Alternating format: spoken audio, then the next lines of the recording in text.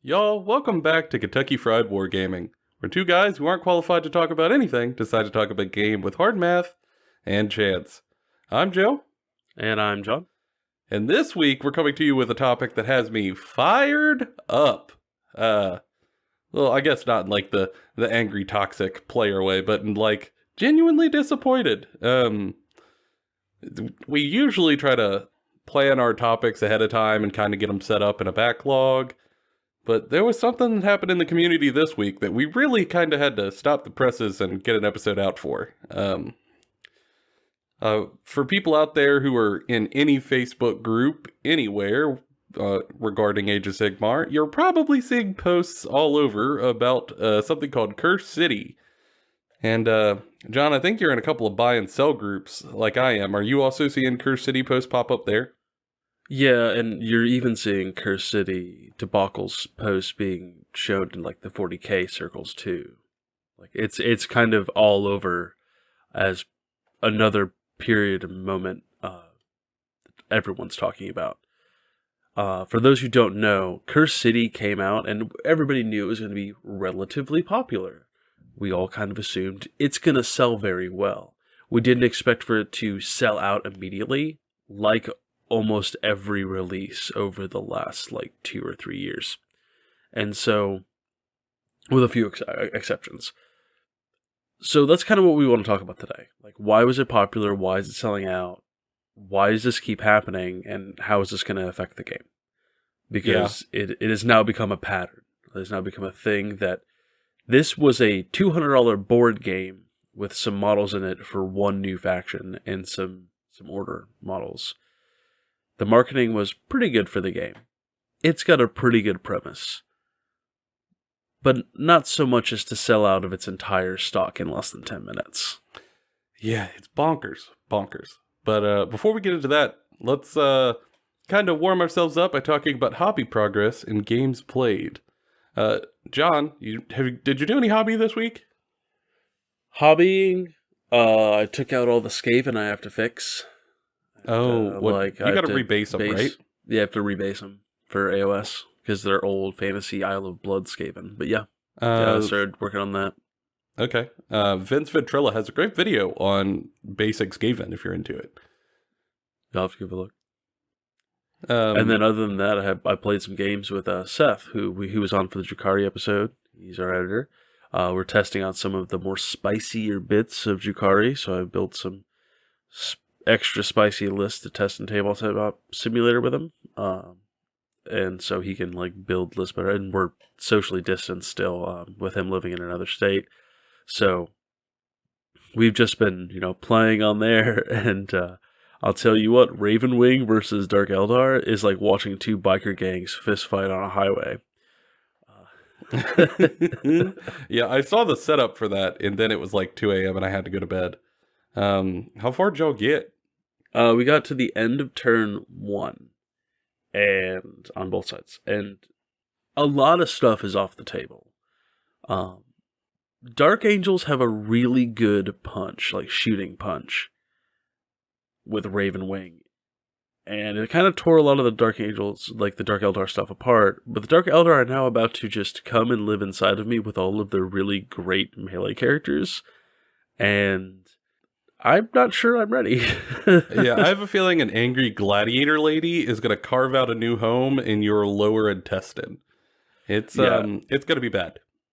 And also, I think Dark Eldar is really good at getting themselves onto objectives and then forcing you to have to shoot the things that are going to kill you, and those might not necessarily be the things on the objectives.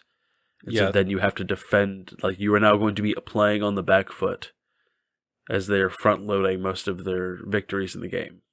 And so I think they have a number of distraction carnifexes, as like Tyranid players call it, just like threats in your face that you have to deal with, but you don't want to deal with. Yeah, and like the way Seth has specifically built this first list we're testing out, it is, the whole army is kind of that. There's no one thing in the army that's like a linchpin that I really need to take care of. That's easy to not easy, but accessible. Like, yeah, I really want to kill the succubus, but I gotta get to the succubus. Like, there's a whole lot going on in the army that I have to just make decisions I don't really want to have to make, which is kind of the way you play more spiky competitive like games. Yeah. Well, that's awesome. When are y'all going to finish that game? Probably tonight.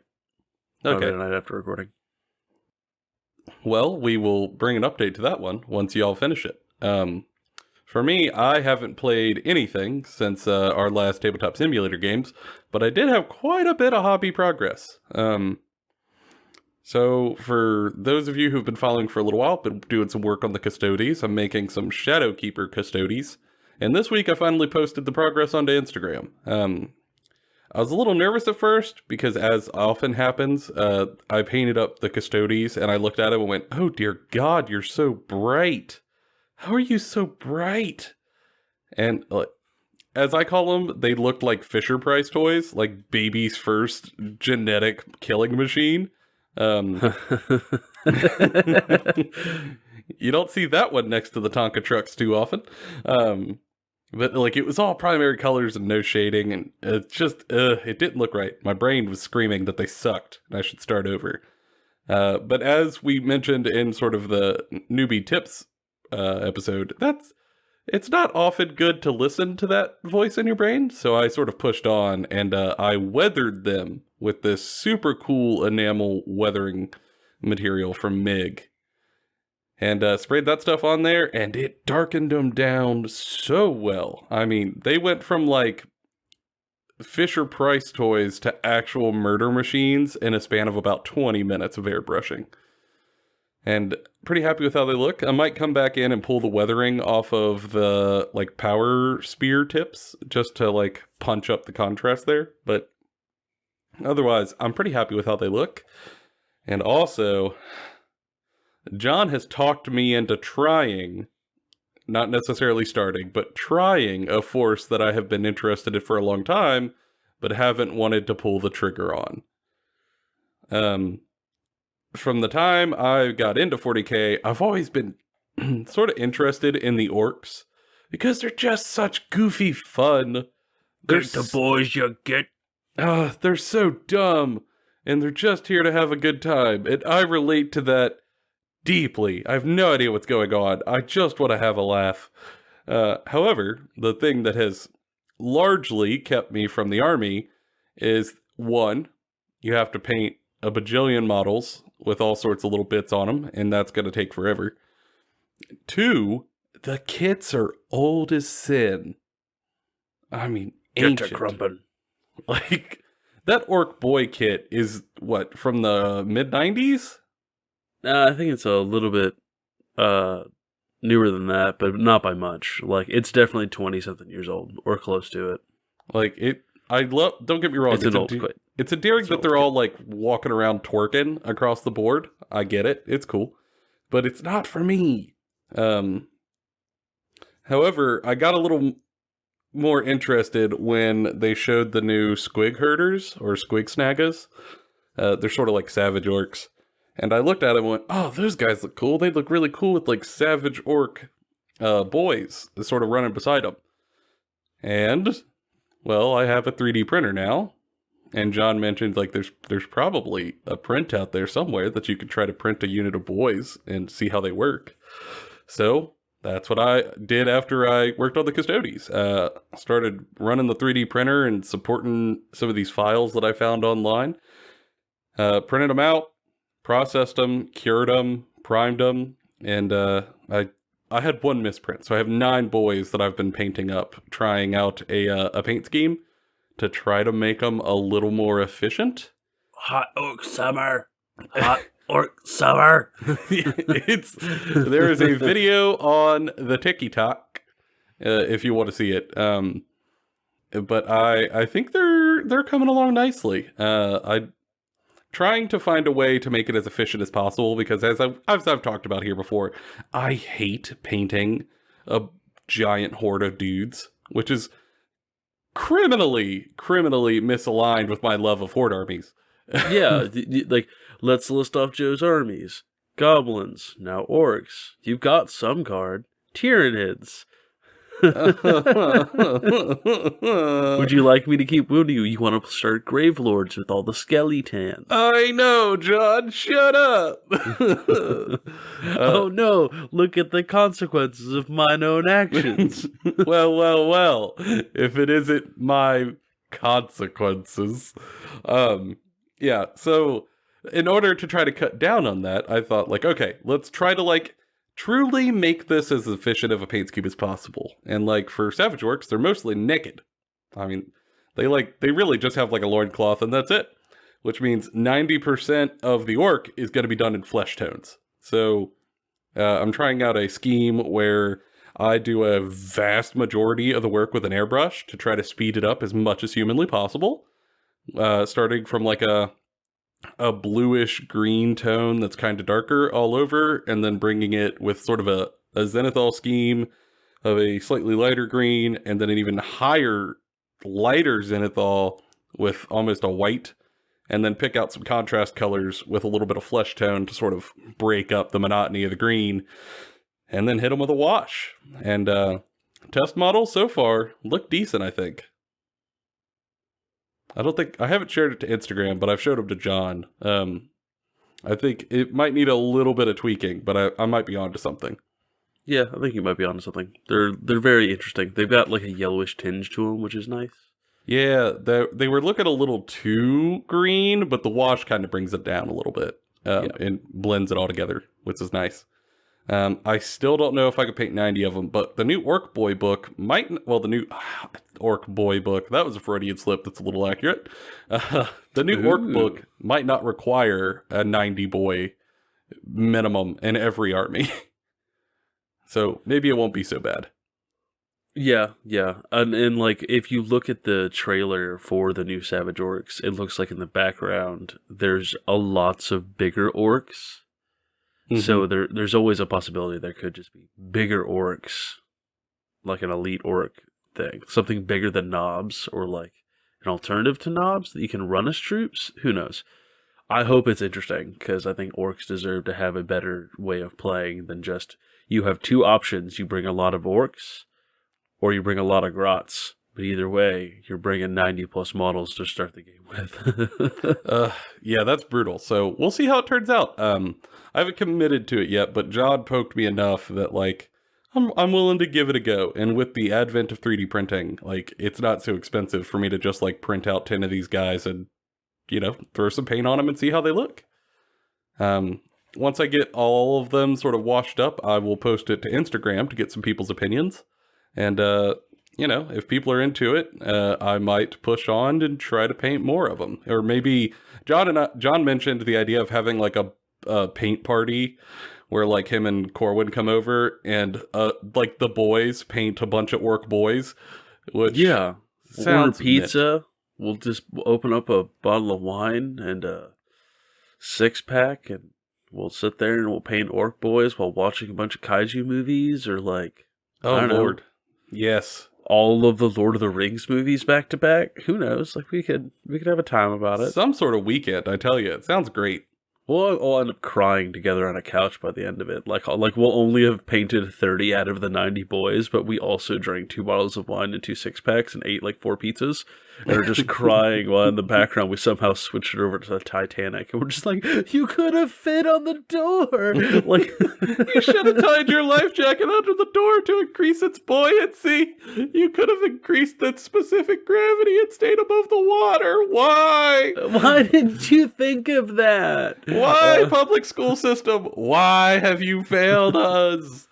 We all know Jack didn't go to public school. Come on now. I mean, that's true. Curse you, education system, for not allowing him access. Could have saved him. That's another episode. Were we just talking about the Titanic? I don't know. There will only be like one listener out there who wants to listen to that episode, but they will love it. Yeah. It'll be for a very specific group of people. Yeah, like, okay, but let's continue on to the topic at hand, Joe. Yes, moving on to the actual topic at hand. This one kind of came up for a lot of people in the last week, but it really rubbed me the wrong way because, well, I guess like it's not a hobby progress, but I guess it's life progressed. Over the past weekend, my lady and I got married. Now, Hey, yes, officially on the show. yes, it's on the show. We've been together for almost 10 years now, so like, I guess we're not living in sin anymore. So, we like did the papers and signed the documents to be, I guess, legally married by the government. And, I wanted to get her like a little gift to commemorate it. Like, I know we're really just like doing paperwork at this point, but like, I wanted to get her a little something to, act as a little gift. I feel like it's custom. So I wanted to get her the Curse City box because she loves sort of like anything dark gothic vampire she's in. Like that is her flavor. Always Yeah. has been. And I reached out to my store more than 2 weeks before the pre-orders dropped. And let them know, hey, I'd like to order this. If you could put in a pre-order for me, I'd really appreciate it. More than happy to pay you whenever. And my store owner is really good about it. So they could put together a list of the people who wanted to pre-order it, and they reached out to their contact again, early, before the deadline, days before the deadline, to say, hey, here's the people at my store who want to order this. I'd like this many copies. Well, late last weekend, get a text from my store owner that their GW contact reached out to him and informed them they will be getting 0 copies. None. Like, none of their pre-orders will be filled. They will get no extras to put on the shelves. Nothing that they requested will be coming in. And that kind of surprised me. Especially for, a product release like this that is just a board game. Yeah, So, like it's kind of a start of another army, but like this isn't this is more like Blackstone Fortress than it is anything else. yeah, this isn't Indomitus. Like, Yeah. it shouldn't be that big of a request. So it kind of surprised me. And of course, like now I can't get her that present. Like that's out the window. And it was also something we were going to do together to like paint them up and play during quarantine together. And it was really disappointing. And then I went to like the Facebook groups, and as I was scrolling through my feeds, I'm in a couple of groups. The groups started to flood with people having the same story, who either couldn't pre-order it, like they went to the website and tried to pre-order it and it just immediately sold out and they couldn't order it at all, or they tried to order it through their local game stores they usually did, and the same experience. The game stores informed that they wouldn't be getting copies, or they'd only be getting like 1 box. And there are, of course, multiple people pre-ordering. That left a lot of people out in the cold. And I feel like that's a pretty big feel bad. I get it. But then people started scalping them. And everybody lost their mind. Ooh, buddy, it is Sodom and Gomorrah. There is a tower of salt currently forming in the comment sections. And I'm not gonna say anything bad about the salt because I'm salty about it. I didn't even I wanted to play Curse City. I was kind of priced out at $200. Like personally, if I had the money, I would have bought it. But you know how it be. But to have something that's already like kind of an expensive product to now be being sold like piecemeal. That's the other thing, is if you wanted to buy this as a board game, good luck. Like, you're not going to be able to buy this as a whole board game, even if you want to pay scalper prices, unless you're willing to pay $400. Because there are people who are selling it piecemeal for the heroes and for the characters in there. Like, for like $35 to $50 a character. Yeah. And so these scalpers are making a ton of money off of it. And, that kind of leads us into another issue, whereas GW's responses to this have been like trying to improve their website to reduce how many copies people can buy. Like only allowing so many to be purchased, but that can only go so far. So they started also implementing stuff within the actual rules of using these on the tabletop. Like the whole order, like Cities of Sigmar, like individual characters you can take as Cities of Sigmar characters, but the whole Gravelord section is all one force you have to take together at like 660 points instead of piecemeal. Because at that point, so no one's going to be buying this box for Gravelords for the most part. And then also Scalpers wouldn't be able to sell like, hey, look, it's a Gravelord Start Collecting Kit on eBay. And that's just kind of sour that like there is an aspect that this could be now affecting the rules in these releases, which is upsetting. Possibly. I know that's a bit of a stretch, but still, like, it would be not too far of a stretch. I also think part of that comes back to like the fact that the Soul Blight Gravelord book is coming out soon, and this was probably written far before that book was here. So it was meant to be like a holdover, and I'm sure there will be updated points in the Soul Blight Gravelords for all that stuff. But like, I mean, yeah. I think I get it. Like, I also don't want to like crap on anybody who's salty because I am similarly salty. I did the thing. I tried to pre-order. I tried to go through the store, and it is, I cannot do it. There's no way for me to acquire this thing, without going to Scalpers, and that's a shame. However, like, I get why Curse City is popular because it is a board game that had good marketing, and it does have some cool minis in it. And it's got a dark gothic theme, which always fits my, like, that is the cut of my jib. I'm in. I mean, it's an incredibly popular item. Like, it's a popular aesthetic. It's a popular, like, concept.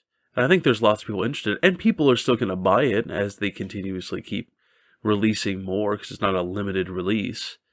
But it's the fact that on release, like, this feels like video games, like online video games releasing. Right? Yeah, it does. So I think, I guess, where I'd ask next is, this isn't the first time we've seen this happen, right? Like, not at all. Like, we saw it with Indominus, and Indominus was a kind of special case because it was such a valuable box that people were buying 2 or 3, not to scalp, but to just use. Just to have them? Yeah. Packed full of models.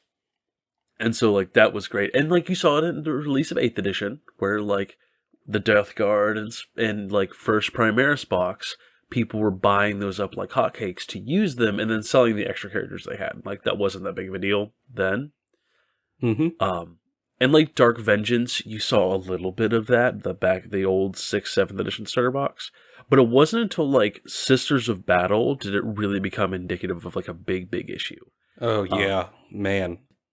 Because GW kind of broadcasts a month or 2 months ahead to everybody. Hey, this is going to be a big thing. This is going to be a massive thing that we're going to be releasing, and you want it. If this is something that you're into aesthetically, you want to buy this. You want to buy this so bad. They did it with Sisters for a year because everybody really wanted Plastic Sisters. We finally got Plastic Sisters, but they're still sold out. And that's not just because of like COVID supply chains. They've been sold out since they've been released. Before COVID. My buddy Mo, I was just talking to him yesterday about it. He was starting Sisters of Battle like 6 months ago. And he's managed to get his hands on some stuff, but there are still pieces in his army that he cannot buy unless he was willing to pay scalper prices. Yeah. And this far out from that release, that's an indication that there's a problem. And to make matters worse, like, we normally don't talk a lot about the tournament scene or the competitive scene on this channel. But I'm going to say, when something becomes popular in the competitive circuit, and then people invariably talk about it online, everyone is buying it.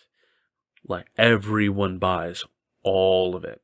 And they'll resell it, too. Like, people will buy it with the explicit purpose of reselling it on eBay for more money. Because they know tournament players will pay it so that they can meet the tournament with that thing. Mm-hmm. Like, that is a problem. The reselling of products bought from GW and sold on like Facebook Marketplace and buy and sell groups and like eBay has been getting so much worse as this game keeps growing. And it's only going to keep getting worse even after supply lines recover from like the Suez Canal and COVID. Like, it's bad. Yeah, and I think also you touched on something that is compounding these issues. I mean, don't get me wrong. Like, there are certainly things that are causing this. As you mentioned, sort of internally at Games Workshop with supply chain and being able to put stuff out. But y'all, right now, we are still in a pandemic.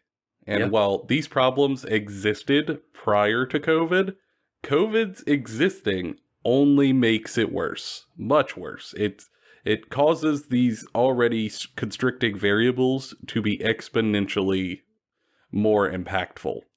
And this is a slow production game. This isn't like a video game. Like, they can't just pump out a hot patch and be like, it's fixed. Like, it takes years for these things to get released. Like, editions take years to get announced and then created and playtested and then made and released. Models can take months to years, not to mention production and moving it. So, though GW has now had like a record year of sales and has a ton of money, they haven't been able to implement any of that money to an investment in their game, like, for the most part. So they're kind of running off of this structure of like a millions dollar company, hundreds of millions dollar company, and they're now a billions of dollars company and audience, and they're going, because everybody stayed inside and decided now is the time to start my plastic crack addiction. Well, I mean, to be fair, it was a great time to start painting your plastic crack. Oh, absolutely. Like, I get it. But the demand being higher than it ever has been, plus supply being lower than it normally is, and distribution being slower than it ever has been, with difficulties in trucking and boats and planes and just getting it to stores, means that releases are going to be borked for, well, a while. And I think that's a shame. And now, normally, when we talk about the factors of something on this show, we have sort of a process that we like to do. We will break down what something is, and then we'll kind of talk about, what has caused it to be the way that it is. And then normally we move on to trying to talk about what we can do to improve it or what to do about it. But this ain't that kind of episode. No. John and I have really kind of racked our brains on what we as a community can do to fix this supply issue. What we could have done differently so that we can all get a Cursed City. And, folks, we're coming up empty. I mean, in terms of what we can do to resolve this issue, only thing that we could do is not buy from the Scalpers. And, like, make sure all of our friends don't buy from Scalpers. Like, friends don't let friends buy from Scalpers. Yeah, I mean, if we could lower the market for Scalpers to sell to, hopefully over time, if we're consistent, there will be less Scalpers trying to sell that stuff. However, that doesn't fix many of the other variables we were just talking about with supply. Or slow production lines. Or COVID shipping. Like, us as individual consumers don't have a whole lot of options to fix those things. Even if and I would argue even saying, like, make sure you or your friends don't buy from Scalpers, that's a great step, and I certainly encourage you to do so, and I will be doing so. But there are still going to be people out there buying from these Scalpers. So in this case, I don't think there's a whole lot we can talk about what we could do. But I think what we can discuss instead is how we think this might affect the game as we go forward in the life cycle of both 40K, Age of Sigmar, and their, like, sort of subsequent box games and sort of gateway games. Yeah, so ultimately the way this is going to affect the game is that less people are going to play it. Like, that is the biggest note, is that with having supply issues, not just with Cursed City or like some of the old Kill Team boxes or like Indominus, is that you have left players out in the cold that hadn't even started the game that are now not going to get into the game. It's hard to suggest to a friend of mine that wants to play the game but does not yet have models to go and want to play this game if the vast majority of the models that they want to play in a faction like Sisters of Battle, they cannot just go out and buy. That is an issue, right? That is the first issue, and it will stymie the growth of the game. Because the game has grown exponentially, but you can tell that it wants to continuously keep growing, and it's being held back by a lack of models. Yeah. And what happens with that is if someone is desperate enough to still want to play the game, they will find a different way to do so, and that might sour them on wanting to support the actual plastic itself from the get-go. Oh, yeah. I think you're right on the nose, John. I think many people will look at the lack of supply and go, oh, like, well, I can't buy the models, so I guess I'll just go play something else. But there will be a percentage of that group who go, oh, well, I can't buy the models, but I still want to play the game. Tabletop simulator? Like tabletop or like 3D printing or recasters. Like they might have find a way around if they can't go through. Yeah, like as they say, hobbyists find a way. But that's a terrible joke. I apologize. But I think it will happen. People will put up 3D prints of the stuff that they can't have, that like people can't find, and they might put it up for free, or they might put it up for some money, and people will download that STL file, and they will just 3D print whatever they need. Or they'll just print off proxies from like other stuff, like other lines, like counts as proxies. Or they'll just go play a different game. Like there are other games out there. There's Infinity. You can buy their models. Like you can buy the models. You can buy the models. Kings of War. You can buy the models. Yeah. Like there are alternatives there, and I think also John hit on the head. Like Tabletop Simulator, people will just play there. Like these model shortages, they don't exist there. They don't exist. Yeah, and as we talked about on last week's episode about Tabletop Simulator, the support there is only getting better and better, particularly during the quarantine. Yeah. Yeah. And for sure. if it is more accessible than it ever has been before, and people are sort of pressured that direction, we cannot be surprised when people just go there. Like that's now their main way to play the game for some folks. Yeah, and there's the other issue of COVID has put hard time, at least here in the States. I know that we got international listeners, and I'm sure you guys have a different perspective. Would love to hear about it below or in a DM or whatever. I'm genuinely curious how this has affected like game stores and other places in the world. Yeah, but in the States, we do have a problem of, even before COVID, game stores were starting to die off because they are a niche. Brick and mortar stores are dying in the US anyways because of Amazon. And game stores are not like immune to that. They have a little bit more of a dedicated fan base, but like if you're not in a major city, you don't have one anymore. For the most part, because if they can't sell enough, and with COVID, they haven't had the Magic crowd in there every Friday to sell Magic cards. And so they've been relying on GW sales. And when these stores, these local game stores, can't even get like the main boxed games to sell to their people, that looks bad on them. There's lots of consumers who are going to look at trying to buy Curse City, and they're going to blame their local store. They're not going to blame GW when they can't get it. Which is a shame, because luckily, I've been going to my store for a while. I know the owner. They're incredible. They're really dedicated. But there was nothing that they could do to get me this box. Yeah. And for the other, I think 3 or 4 people who wanted to pre-order it alongside me, nothing that they could do for them either. And that means that at the end of the day, my store just lost $1,000 in pre-orders on this box alone. Not counting any other stuff. That's $1,000 of lost revenue right there. Yeah, and if you have enough things like this happen, that has been happening to stuff with GW products, you end up with some game stores losing out on just enough money that they're going to have to close down. And when you start losing stores, you start losing places to play for a lot of people. Not everyone who plays this hobby has a garage or a house or a kitchen table they can play on.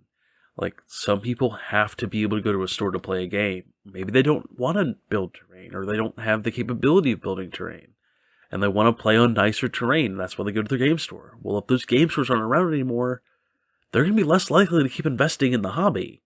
Because if you can't regularly play it, you're probably not going to want to do it. You'd probably put that money into something else, like playing more video games, or buying more books, or doing other stuff. Maybe you just become a Black Library fan. And that would be a shame for people who like playing this game. Yeah, And so this is an issue. This shortage issue affects all aspects of the game, not just new releases.